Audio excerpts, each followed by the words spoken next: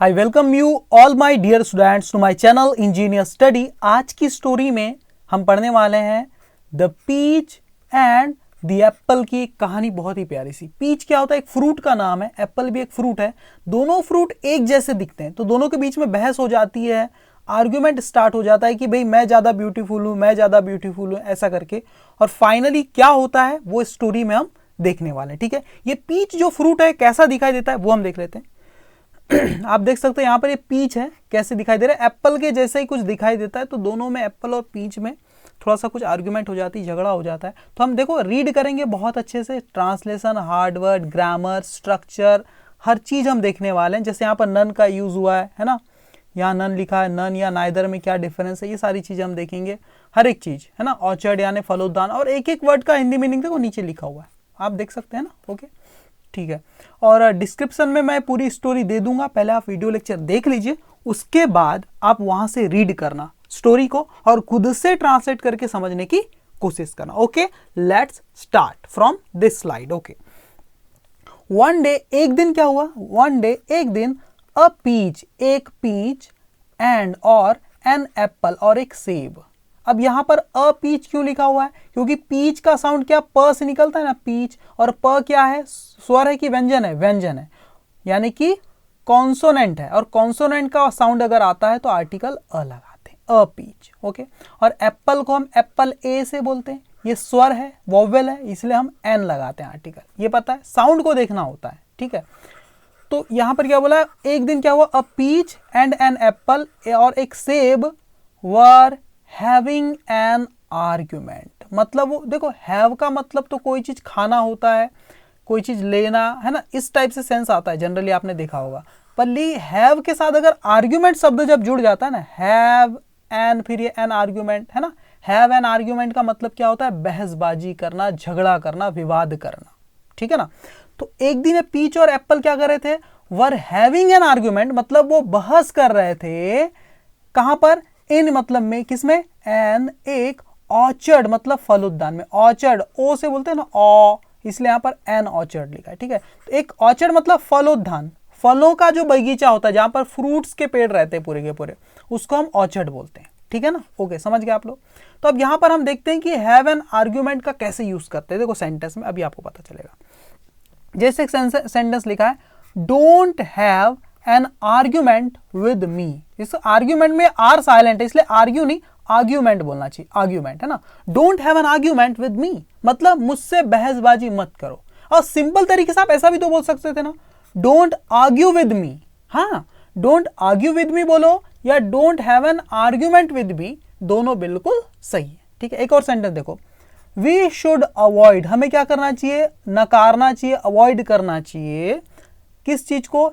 Having any argument, किसी प्रकार की बहस को करने से, बहस करने से हमें क्या करना चाहिए? बचना चाहिए, उसे हमें अवॉइड करना चाहिए।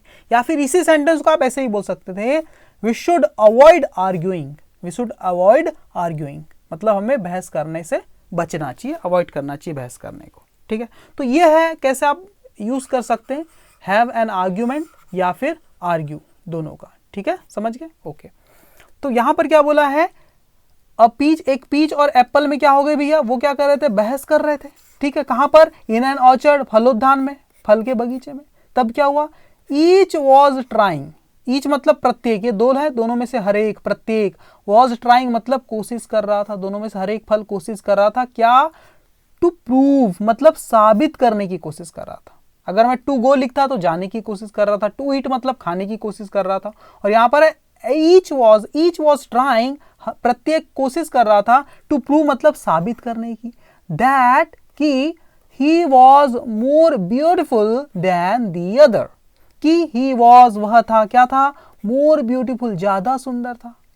देन मतलब से, किससे? दी अदर मतलब दूसरे से, दी अदर मतलब अन्य से, दूसरे वाले से। ठीक है, तो इस टाइप से पास्ट में स्टोरी चल रही, इसलिए यहां पर वॉज लिखा हुआ है ना, ही was more beautiful then the other.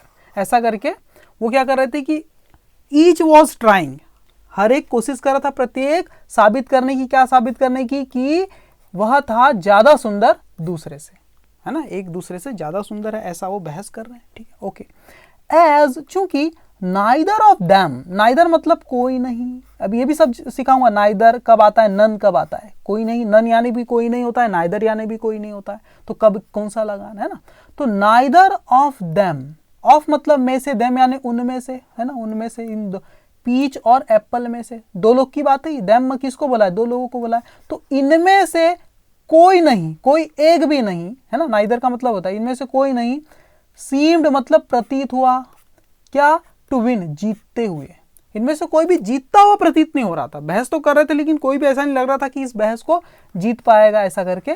तो अब मैं आपको सिखाता हूं नाइदर और नन में क्या यूज है ना, यहाँ नन ऑफ देम भी लिख सकते थे लेकिन कब, वो भी मैं आपको बताता हूं। देखो ये स्लाइड है आपके सामने, ये वाली, ओके। नाइदर का मतलब क्या होता है, इसका भी मतलब होता है कोई नहीं, लेकिन कब, जब दो में से कोई नहीं, दोनों में से, दोनों के दोनों ही नहीं, कोई नहीं तब। और नन मतलब मोर देन टू, दो से ज्यादा लोग हैं उनमें से कोई नहीं, है ना, तब हम नन का इस्तेमाल करते हैं। अभी एग्जाम्पल से क्लियर हो जाएगा। एक सेंटेंस है, neither of you is my friend, दो लड़के मेरे सामने, है ना, और दोनों को मुझे कहना है तुम में से कोई मेरा दोस्त नहीं है, तुम में से कोई मेरा दोस्त नहीं है। और कितने लोग हैं ये तो दो ही लोग हैं, इसलिए मैं क्या करूंगा, कोई नहीं है ना, नाइदर, तुम में से मतलब ऑफ मतलब में से, यू यानी तुम में से, नाइदर मतलब कोई नहीं, इज यानी है, क्या है, माई फ्रेंड मेरा दोस्त, तुम में से कोई मेरा दोस्त नहीं है, ये इसका मीनिंग निकल गया, समझ गए। कोई नहीं मतलब कोई एक भी नहीं है मेरा फ्रेंड, इसलिए इस सेंस के लिए यहां पर इज का इस्तेमाल होगा, आर नहीं लगाना आपको, है ना, तुम में से कोई एक भी मेरा दोस्त नहीं, ये सेंस है इसका। और यहां पर देखो नन, अब नन कैसे लगा दिया, नन ऑफ यानी कोई नहीं, ऑफ मतलब में से, किस में से, माई स्टूडेंट्स मेरे विद्यार्थियों में से कोई नहीं, वर मतलब थे, प्रेजेंट मतलब उपस्थित, यस्टरडे कल, कल मेरे स्टूडेंट्स में से कोई भी उपस्थित नहीं थे। तो यहां पर नन का मतलब है नो, नन का मतलब क्या है, नॉट एनीवन, नन का मतलब क्या है, नो स्टूडेंट, ये इसका वही मतलब, नो स्टूडेंट्स, कोई विद्यार्थी नहीं था, है ना। तो यहां पर वर ही लगाना पड़ेगा आपको, है ना, कोई प्रेजेंट नहीं था, यहां पर वॉज नहीं लगाना, आप वर लगाना, ठीक है, नन के साथ, ओके, समझ गए, ओके।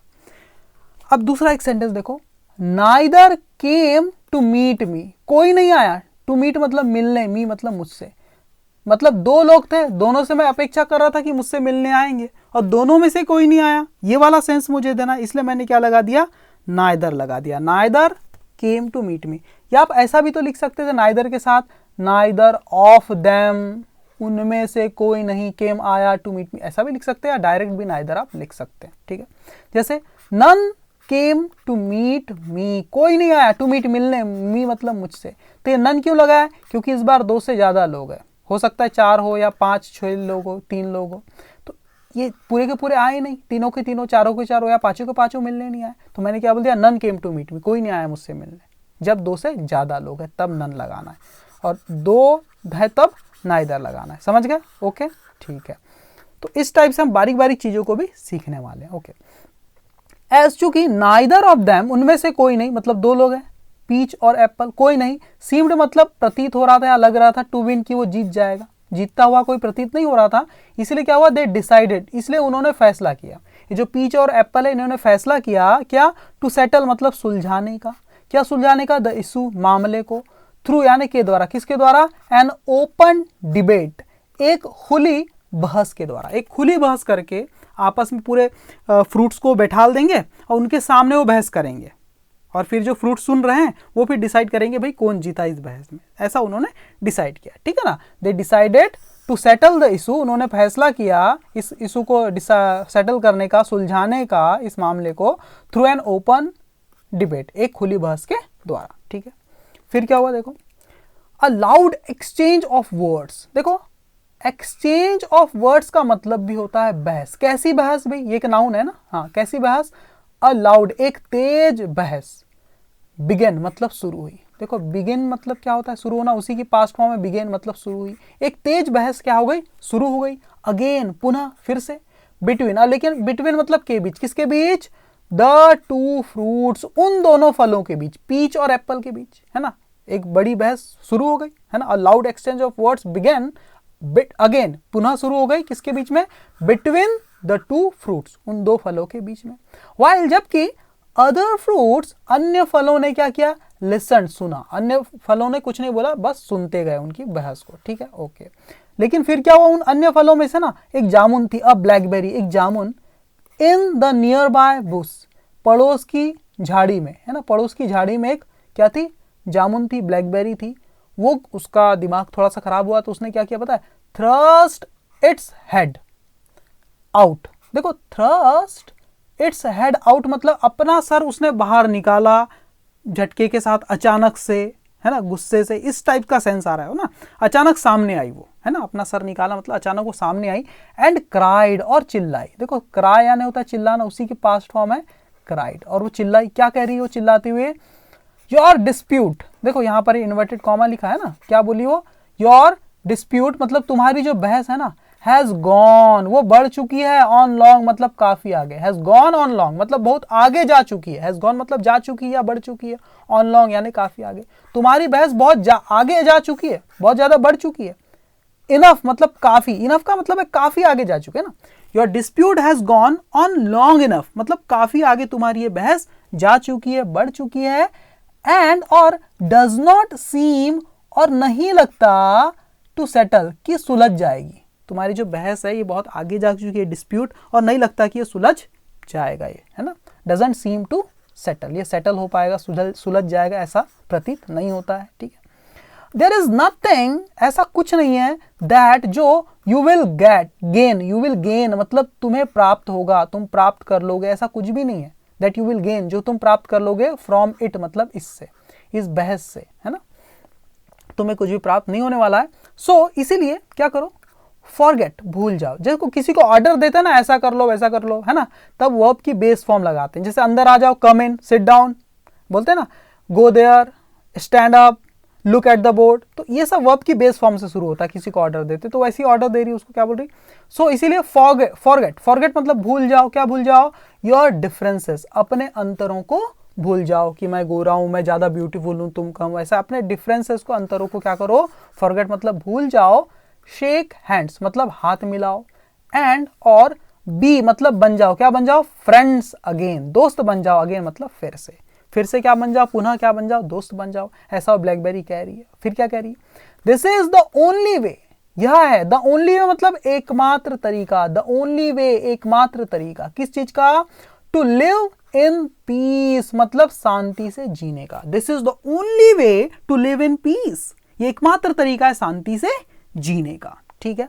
और ये बात वो बोलती है, इन्वर्टेड कॉमा यहां पर लगा है। और आखिरी में एक बात क्या है, loudest quarrels are often the pettiest ones, जो बड़े से बड़े, लाउडेस्ट मतलब होता है बड़े झगड़े, आर मतलब होते हैं, ऑफन यानी अक्सर, कैसे होते हैं, द पीटीएस्ट वन मतलब बहुत तुच्छ होते हैं। बड़े बड़े झगड़े जब होते हैं ना, वो बहुत तुच्छ होते हैं, छोटी छोटी बात को लेकर के बढ़ जाते हैं, कोई बड़ा मुद्दा नहीं होता है, इसलिए बोला है loudest quarrels are often the pettiest ones, okay. तो यहां से हमें सीख क्या मिलती है, देखो मोरल क्या है, intelligent people tend to avoid conflict, जो बुद्धिमान लोग होते हैं ना, टेंड टू अवॉइड मतलब वो नकार देते हैं, अवॉइड कर देते हैं, ठीक है, टाल देते हैं, किसको, कन्फ्लिक्ट को, बहसबाजी को, झगड़ों को, उसको टाल देते हैं, उसमें उलझते नहीं है। तो अब यहां मैं आपको सिखाता हूं टेंड टू के साथ वर्ब की बेस फॉर्म क्या कर रही है, इसका क्या स्ट्रक्चर है। टेंड टू का मतलब क्या होता है, देखो अगली स्लाइड। टेंड टू का मतलब क्या होता है, किसी चीज को पसंद करना या किसी चीज की आदत पड़ जाना, आदत या पसंद को बताता है। जैसे देखो सेंटेंस में, ही टेंड्स, देखो प्रेजेंट इंडेफिनिट टेंस है, सब्जेक्ट ही है, इसलिए वर्ब में एस लगता है तो टेंड्स हो गया। He tends to arrive late for meetings, meetings के लिए वो क्या होता है, टेंड्स टू अराइव मतलब वो उसका आगमन होता है, वो आता है लेट, मतलब मीटिंग में लेट आना उसे पसंद है या लेट आने की उसकी आदत है, ये इसका मीनिंग है। She tends to be quiet, वो पसंद करती, टेंड्स टू बी क्वाइट मतलब चुप रहना या चुप रहना पसंद करती है, चुप रहने की आदत है उसकी, है ना। कहाँ, इन लार्ज सोशल गैदरिंग, जो बड़ी बड़ी सोशल गैदरिंग होती है, सामाजिक समारोह, उसमें लगभग उसको भीड़ भड़क्कड़ में क्या होता है, लगभग उसको शांत रहना ही ज्यादा पसंद है या शांत रहने की उसकी आदत है, ये सेंस आ रहा है इसका, ठीक है। I tend to forget my keys, मैं अक्सर भूल जाया करता हूं, भूलने की मेरी आदत है, ठीक है। आई टेंड टू फॉरगेट मैं भूल जाता हूं, माई कीज अपनी चाबियों को भूलने की आदत है मेरी कब? When I am in a rush, जब मैं जल्दबाजी में होता हूँ। When I am in a rush, जब मैं बहुत जल्दबाजी में होता हूँ तो I tend to forget my keys. Okay. They tend to prefer pizza, वो पसंद करते हैं, प्रेफर करना किस चीज को? पिज्जा, पिज्जा को ओवर के बजाय, किसके बजाय? Over other types of food, अन्य प्रकार के फूड की तुलना में के बजाय वो क्या प्रेफर करते हैं? टेंड टू मतलब पसंद करते हैं, क्या प्रेफर करना? पिज्जा खाना पसंद करते हैं। ठीक है। The weather in this region, इस एरिया का, इस क्षेत्र का जो वेदर है ना, मौसम जो है ना, टेंड्स टू बी, वो उस मौसम की आदत एक प्रकार से कैसा? Tends to be hot and dry, गर्म और सूखा, dry, hot and dry during the summer. Tend to मतलब वो हो जाता है, वो tend to get, tend to be मतलब वो हो जाता है क्या? Hot and dry during the summer, मतलब गर्मी के मौसम में इस एरिया का जो रीजन है, इस रीजन का जो वेदर है वो कैसा हो जाता है? हॉट और ड्राई हो जाता है। तो इस टाइप से टेंड टू का कैसे इस्तेमाल किया गया? टेंड टू के बाद वर्ब की हमेशा बेस फॉर्म लगती है। समझ में आ गया आपको? तो हर एक स्ट्रक्चर को अगर आप पकड़ के उस पर 2-4 सेंटेंस बनाना सीख सकते हैं, तब आपको रीडिंग का बहुत ज़्यादा फायदा मिलेगा। तो इस तरह से आपको डिटेल में रीडिंग करना है ना। काफ़ी सारे नए नए वर्ड आपको सीखने को मिलते हैं। अगर वीडियो पसंद आ रही तो प्लीज़ लाइक करना, चैनल को सब्सक्राइब करना, अपने फ्रेंड्स में, फैमिलीज़ में, किसी व्हाट्सएप ग्रुप में इस वीडियो को जरूर शेयर करना। Thank you very much my dear student.